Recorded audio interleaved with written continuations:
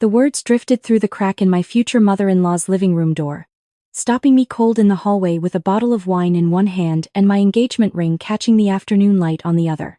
I'd come early to help Patricia set up for our family dinner, eager to prove myself worthy of her son, never imagining I'd overhear the conversation that would change everything. "Mom, please stop asking when we'll have kids. Sarah's just temporary." Jason's voice carried the casual dismissiveness I'd started noticing more often lately, the tone he used when discussing inconvenient things like my opinions on his business decisions or my suggestions for our honeymoon. Temporary? But the wedding is in 2 weeks. Patricia's shock mirrored my own, though she couldn't see me frozen in the hallway, my fingers going numb around the wine bottle. "Melissa texted yesterday. She wants me back. Said leaving me was the biggest mistake of her life." The smile in his voice made my stomach turn. "I told her to give me a month. Do the wedding, keep up appearances, then file for separation. The prenup protects everything." My hand found the wall, needing its support. The prenup he'd insisted on. The one his lawyer had drafted while assuring me it was standard practice for someone in Jason's position. Someone with assets to protect. "Oh Jason, Melissa is so much more suitable for our family." Patricia's enthusiasm felt like a physical blow. "But what about Sarah? She's been so devoted to you. She'll be heartbroken, but she'll recover." "Sarah's sweet, Mom, but sweet doesn't build empires. Melissa has the connections I need. Her father's in commercial real estate. Her mother sits on 3 boards. That's the kind of family that elevates careers." Trevor's voice crackled through what must have been speakerphone, Jason's best man and apparently his co-conspirator. "Plus you lose what, maybe 50 grand in wedding deposits. Cheap price for upgrading. $50,000. I almost laughed at the number. The deposit on our wedding venue alone had been $80,000 paid from my account while Jason claimed his funds were tied up in a promising development deal. The development deal I'd later discovered was failing badly, kept barely afloat by mysterious anonymous investments he bragged about securing through his business acumen. Those anonymous investments. My fingers tightened around the wine bottle as the irony washed over me. Every dollar keeping Miller Real Estate from bankruptcy had come from shell companies I controlled, funneled through my family's investment firm.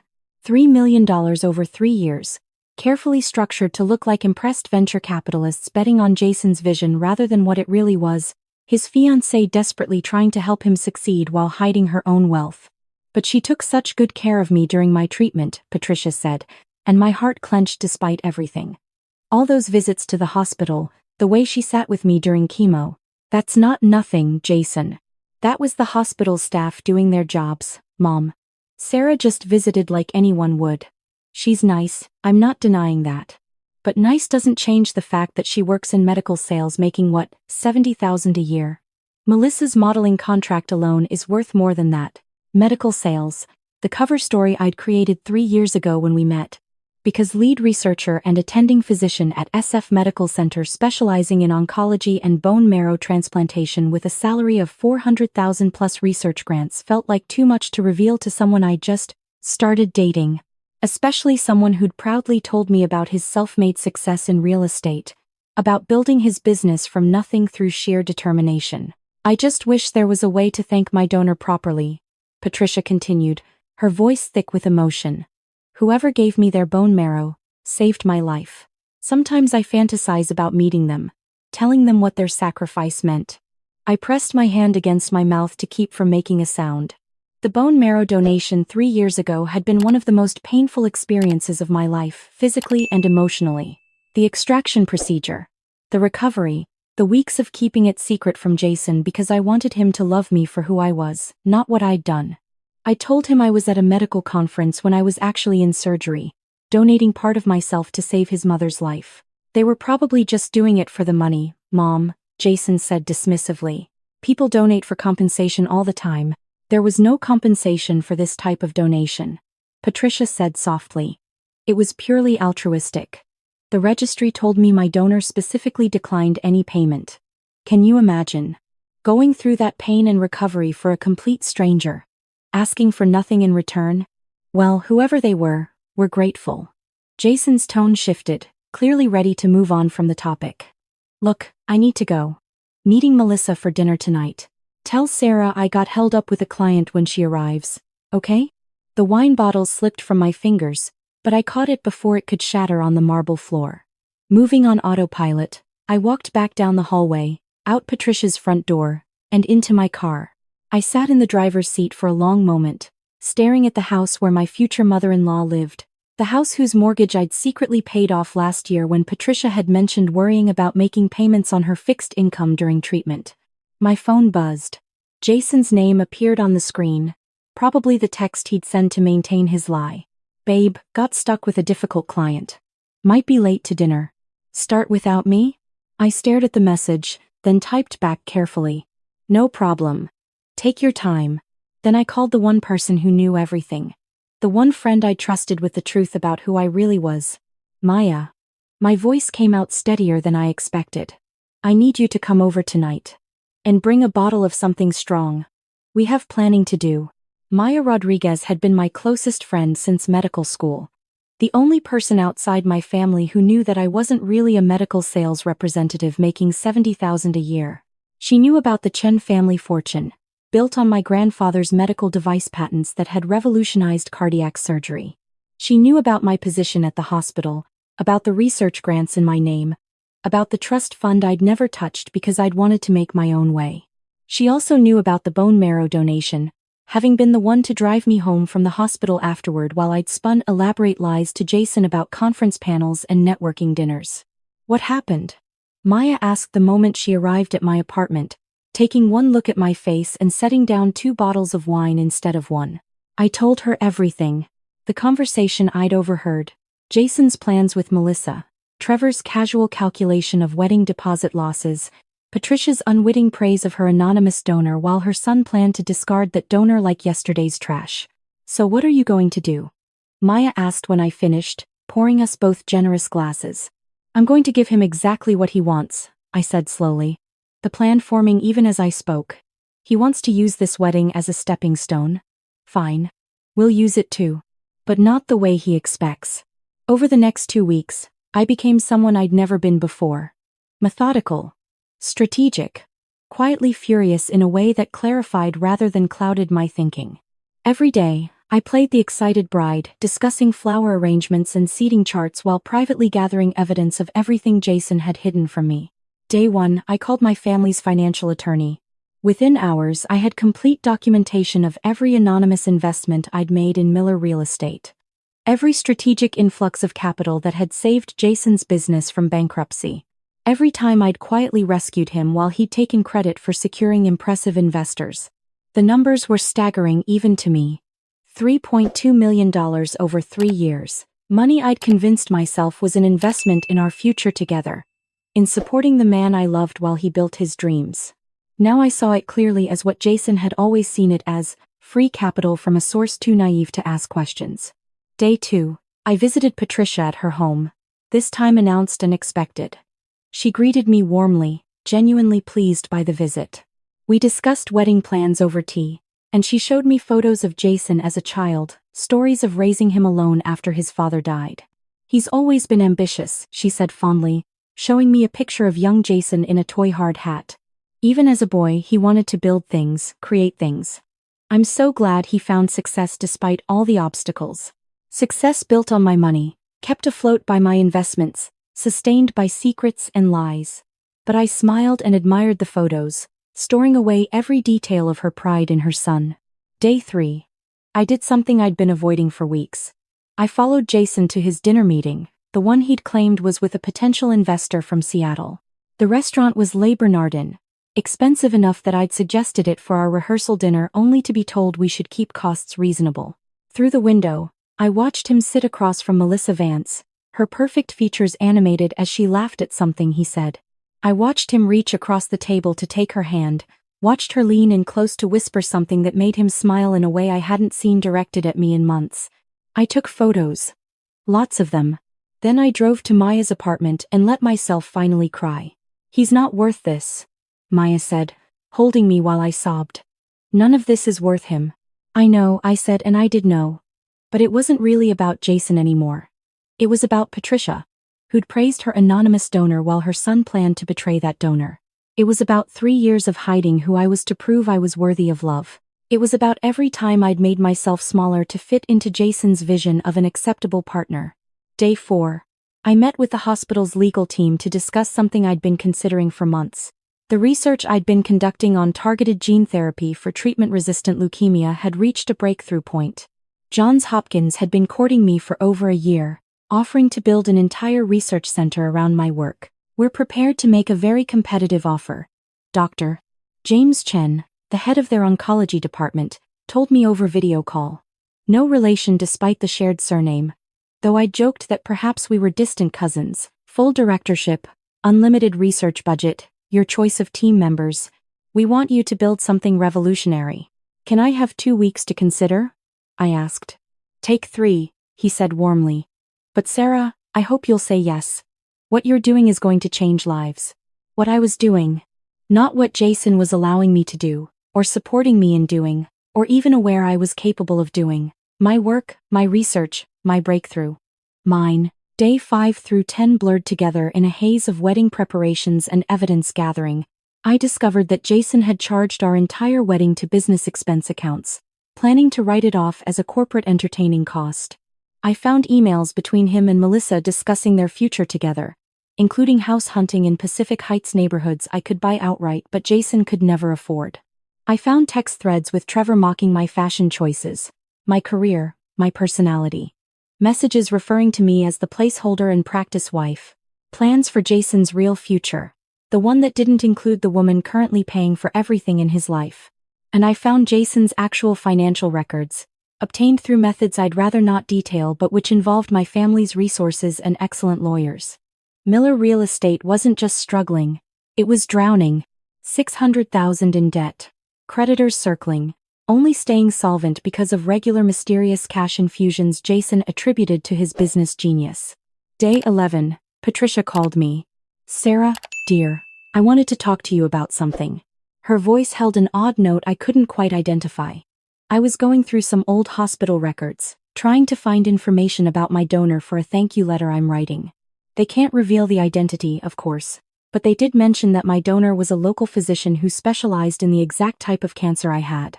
My heart stopped. The registry coordinator mentioned it was unusual, a doctor donating to a stranger. Said most of their physician donors do so because they understand the medical side and want to give back. She paused. You visited me so often during treatment. You knew so much about my condition. More than a medical sales representative typically would. Patricia. I started, but she interrupted gently. You don't have to confirm anything. I'm not trying to pressure you. I just wanted you to know that if it was you, if you were the one who saved my life, I would never be able to properly express my gratitude. I closed my eyes, tears threatening. Patricia, I can't discuss other people's private medical information. You understand that? Of course, she said softly. Of course I do. I just wanted to say thank you to whoever it was. And Sarah? You're going to be a wonderful addition to our family. I'm lucky to have you as a daughter-in-law. The kindness in her voice made what I was planning feel complicated in ways I hadn't expected. But I'd already committed to the path. The invitations were sent, the guests were arriving, and in 3 days everyone would know the truth. Day 12, the rehearsal dinner. I wore the dress Jason had chosen. The one he'd said was perfect for me. Simple, understated, appropriate for someone in my position. I smiled through toasts that praised Jason's success and our perfect love story. I watched Melissa's name light up his phone screen repeatedly throughout the evening, each time making him step outside to take the call. Trevor, slightly drunk, cornered me near the bar. You know, you're really good for Jason. Stable. Supportive. The kind of woman a man needs when he's building something. What's he building? I asked, keeping my voice light. An empire, Trevor said confidently. In 5 years, Miller Real Estate is going to be the biggest development firm in Northern California. You'll be proud you were there from the beginning. From the beginning. The beginning that had started 3 years before Jason and I even met, when I'd already established my research career, already earned my reputation in oncology, already inherited my family's fortune. But Trevor didn't know that. Neither did Jason. Neither did anyone except Maya and now, perhaps, Patricia. Day 13, my wedding day dawned clear and beautiful. The kind of San Francisco morning that made people fall in love with the city. with fog burning off to reveal crystalline sky and the bay sparkling in the distance. I'd booked the venue myself, the Ritz-Carlton's rooftop garden with views of the Golden Gate Bridge, 200 guests, most of them Jason's business contacts and Patricia's friends from her treatment support group. My side of the room would be notably smaller, just Maya and a few colleagues from the hospital, people who knew me as Dr. Chen but whom Jason had never bothered to learn much about. My dress hung in the suite's closet, custom Vera Wang that Jason thought I'd rented because I'd told him I didn't want to spend too much on something I'd only wear once. The truth was I'd paid cash, just like I'd paid cash for the venue, the flowers, the catering, every detail of a wedding. Jason would take credit for planning. Maya arrived at 9 with coffee and the understanding that we might both need something stronger before the day ended. "You're sure about this?" she asked, watching me apply makeup with steady hands. "There's still time to call it off quietly. Just don't show up. Let him figure it out." "I'm sure." And I was. Not because I wanted revenge, exactly, though there was certainly an element of that, but because Patricia deserved to know who her son really was. Because the 200 guests deserved to know what they were celebrating. Because I deserved to stop hiding who I was to make someone else comfortable. The ceremony was scheduled for 2 o'clock. By 1:30, guests had arrived and were being seated according to the careful chart I'd designed. Jason's business partners on his side, looking prosperous and confident, Patricia's support group on mine, women who'd fought cancer and won, who understood the value of the gift they'd been given. At 1:45, Maya helped me into my dress. At 1:55, the music started. At 2 o'clock exactly, I was supposed to walk down the aisle and marry Jason Miller. Instead, at 2 o'clock, I walked down the aisle alone, no music, no traditional entrance.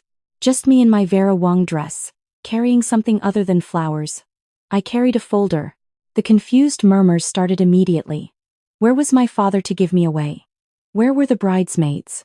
Why was I carrying a folder instead of a bouquet? Jason stood at the altar looking perfect in his Tom Ford tuxedo, the one he'd charged to his business account. His smile faltered when he saw my face, something in my expression clearly warning him this wasn't going according to his script. "Sarah," what he started, but I held up a hand. "Thank you all for coming," I said, my voice carrying across the rooftop without need for the microphone that had been set up.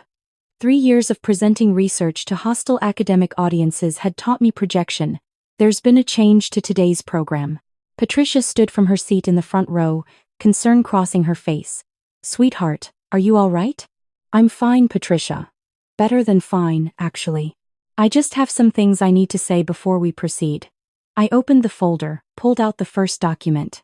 "Jason, you told everyone here that you built Miller Real Estate from nothing through hard work and smart investments, is that correct?"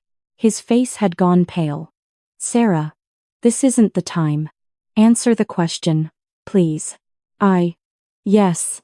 I built my business through dedication and anonymous investors who believed in your vision?" I pulled out the investment records, held them up for the crowd to see. "These anonymous investors, the ones who've put $3.2 million into your company over the past 3 years. Did you ever wonder who they were?" The rooftop had gone completely silent. Even the catering staff had stopped moving, everyone frozen watching this scene unfold. "The investors wished to remain anonymous," Jason said, his voice tight. "Standard venture capital practice. It was me." I let the words fall like stones into still water. "Every dollar. Every investment that saved your company from bankruptcy. Every mysterious influx of capital you attributed to your business acumen. That was me, Jason, the woman you called your practice wife. The placeholder. Temporary." Gasps rippled through the crowd. Patricia's hand went to her mouth. Trevor, standing beside Jason as best man, had turned an interesting shade of gray. "You see," I continued, pulling out the next document, "I'm not actually in medical sales. I'm Dr. Sarah Chen, attending physician and lead researcher at SF Medical Center. I specialize in oncology and bone marrow transplantation. I make approximately $400,000 a year before research grants, which roughly triple that number." I turned to Patricia. 3 years ago, when you were diagnosed with treatment-resistant leukemia, I was one of the doctors reviewing your case. I saw that you needed a bone marrow transplant, and when the registry couldn't find a match, I had myself tested. I was a perfect match. So I donated." Patricia's eyes filled with tears. You were. The painful procedure you talked about. The recovery. The stranger who asked for nothing in return. I met her gaze steadily.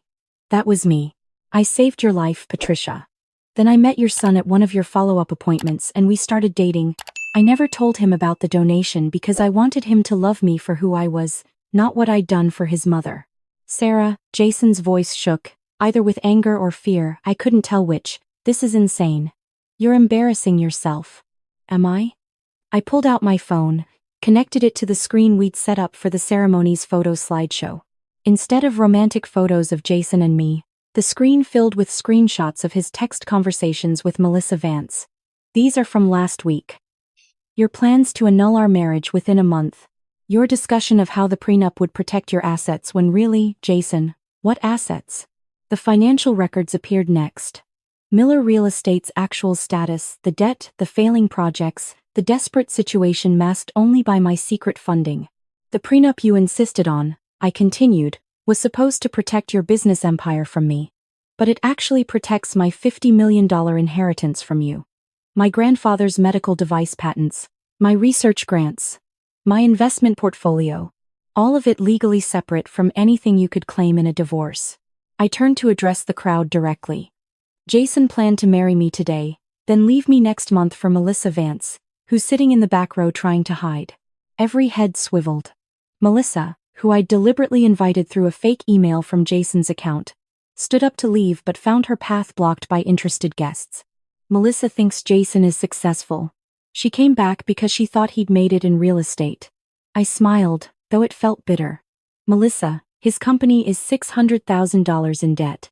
The only thing keeping it alive was my money. Money that stops today. Jason lunged for me, but Maya appeared from the side, having positioned herself perfectly for this moment. Don't, she said quietly, and something in her voice made him stop. This wedding cost approximately $200,000, I said. Venue, catering, flowers, dress, everything. Jason charged it all to business accounts, planning to write it off as corporate entertainment. But I have receipts showing I paid for everything. Every detail of this wedding that Jason told you all he'd planned and paid for came from my accounts. I pulled out one final document. This morning, I accepted a position as Director of Oncology Research at Johns Hopkins. They're building a research center around my work on targeted gene therapy for treatment-resistant cancers. I'll be leaving San Francisco in 2 weeks. Patricia was crying openly now. Sarah, why didn't you tell us? Tell me? Because I wanted Jason to love me for who I was, not what I had. I looked at my almost husband, seeing him clearly for the first time. But he didn't love either version. He loved what he thought I could be. Convenient, supportive, temporary. The security team I'd hired moved into position, not to remove anyone but simply to maintain order as the crowd erupted into chaos. Guests were standing, shouting questions. Reporters from business journals who'd been invited to cover the wedding of a rising real estate mogul suddenly had a much bigger story. I turned back to Patricia one last time. I'm sorry it happened this way. You deserved better than finding out like this. But you also deserved to know the truth about your son. Wait, she called as I started to walk away. Just wait. I stopped. She walked toward me slowly, this woman whose life I'd saved, whose son I'd almost married. When she reached me, she pulled me into a hug. Thank you, she whispered. For everything. For saving my life. For trying to save his. And for being strong enough to save yourself. The wedding that never happened became the event everyone in San Francisco talked about for months. Videos of my revelation went viral. Think pieces were written about women hiding their success to seem more acceptable to men. Business journals analyzed the shell companies I'd used to secretly fund Jason's business. Miller Real Estate filed for bankruptcy 2 weeks later. Without my funding and with his fraud exposed, Jason had nothing to build on. His business partners sued him for misrepresentation. The IRS investigated his creative accounting. Trevor, complicit in the schemes, faced his own legal troubles. Melissa, it turned out, had debts of her own. Her modeling career had crashed years ago, and she'd been living off credit cards and the kindness of ex-boyfriends. When she discovered Jason was broke, she disappeared back to wherever she'd come from. Patricia and I stayed in touch. She came to visit me in Baltimore after I settled into my new position, toured the research center that bore my grandfather's name, Met my team of brilliant researchers working to cure the same disease that had almost taken her life. He calls sometimes, she told me over dinner one night, 6 months after the wedding that wasn't. Wanting money, wanting help. I tell him I don't have it to give. Do you? I asked gently. You paid off my mortgage. You set up that trust fund for my medical expenses. I have more than enough. She smiled sadly. But he needs to learn what you tried to teach him. That real success isn't built on other people's sacrifice. That love isn't about what someone can do for you. A year later, the research center announced our breakthrough. The gene therapy we'd developed showed a 92% success rate in treating the exact type of leukemia Patricia had survived. FDA approval was expected within months. Lives would be saved. Jason sent me an email. Just one line, "Congratulations on your success." I deleted it without responding. His opinion of my success had never mattered, I realized. It had taken hiding who I was, planning an elaborate wedding reveal, and walking away from everything to understand that simple truth. Maya called that evening, laughing about some news she'd seen. Guess who's working as an assistant property manager at a mid-tier apartment complex in Oakland? I don't need to guess, I said, but I was smiling. Are you happy?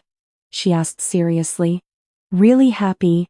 I looked around my office at Johns Hopkins, at the research data covering my walls, at the photos of my team celebrating our breakthrough, at the letter from the FDA discussing approval timelines.